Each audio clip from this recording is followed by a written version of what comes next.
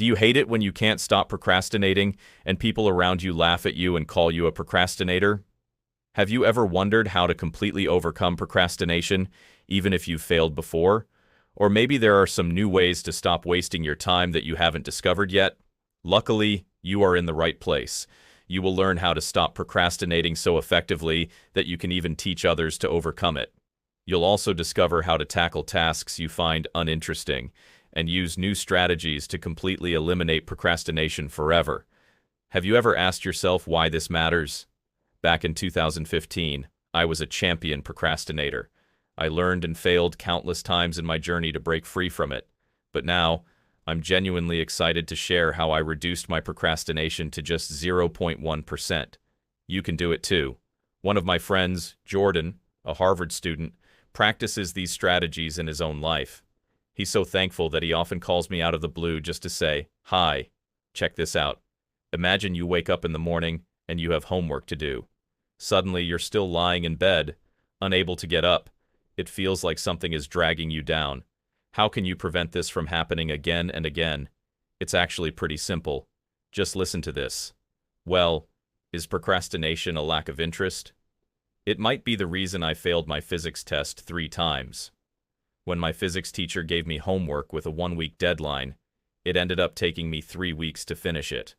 The teacher got mad at me and even called me a damn procrastinator. But that wasn't a big deal to me. Physics is neutral for me. I neither like it nor hate it. Some people might say you just need to be passionate about something. That works too. Steve Jobs was passionate about technology, and boom, he changed the world. But when it comes to me, I'm passionate about drawing. I even promised myself I'd draw 1 anime character every day. Guess what? I failed. So, what's the next step to trash procrastination like garbage? The idea that came to my mind was a timer. The timer became my new friend, replacing my phone. One night, I set a timer for 2 hours to complete 10 math exercises. Before the timer went off, I felt anxious. But then, I broke down, smashed the timer, and cried. So, what's wrong with me? Why can't I stop procrastinating? I think I need to find the root cause of my procrastination. Let's figure it out. Whenever I start doing something, I take 1 step forward, then 1 step back. In the beginning, I feel motivated. I rush to clean my bedroom. But 5 minutes later, before I finish, I take a break. That break never ends. And sadly, I fall back into my old habits. Maybe I want my bedroom to be perfectly clean because it's so dirty. Or maybe it's just laziness. But wait, are procrastination and laziness the same? Procrastination is delaying a task but eventually doing it, while laziness is a lack of motivation to do anything, with no specific external reason.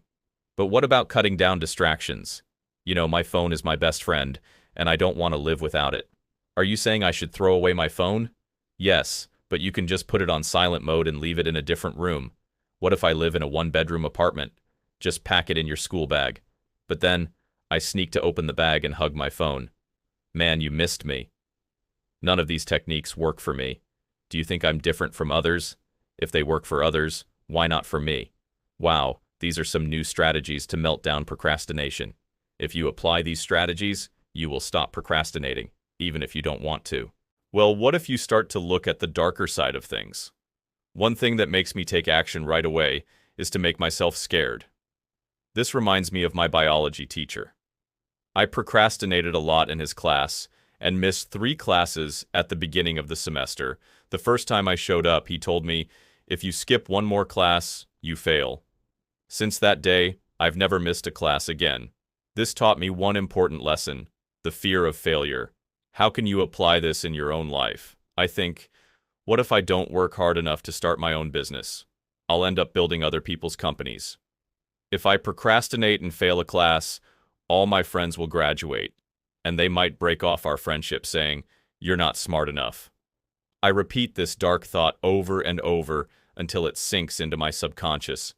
And guess what? It helps me finish tasks quickly. We're missing something really important here. If you miss it, you probably won't stop procrastinating. The reason I procrastinate is that I don't want to suffer. I want things done, but I don't want to put in the effort. What if I start punishing myself? People often say, "Don't punish yourself." But you know what? School punished me a lot because I always got the lowest grades. I thought, if I procrastinate again, I'm going to fast for a week. No, that's too much. How about 15 hours a day? Okay, that makes sense. The reason I chose fasting is that it helps my digestive system rest and makes me lose weight, so the fear of not eating triggers me to work harder. What about push-ups? Do they help too? Yes, they do. What I do most often is push-ups. When I break a promise, I do 100 push-ups. It provides me with so much energy to level up. The funny thing is, I'm always in good shape. Don't you remember the last time you said, "I'm not going to call you anymore"? But then, you ended up calling her because you couldn't stick to your promise. That means I'm lacking self-respect. Self-respect is the backbone of overcoming procrastination. Imagine someone you respect a lot. You promise to this person, if I say I'll do something, I'll just do it. If I tell you I'm going to do 100 push-ups, I will do it. Or maybe tell your friend, whom you respect deeply, and say, if I don't do my work, I'll do 100 push-ups.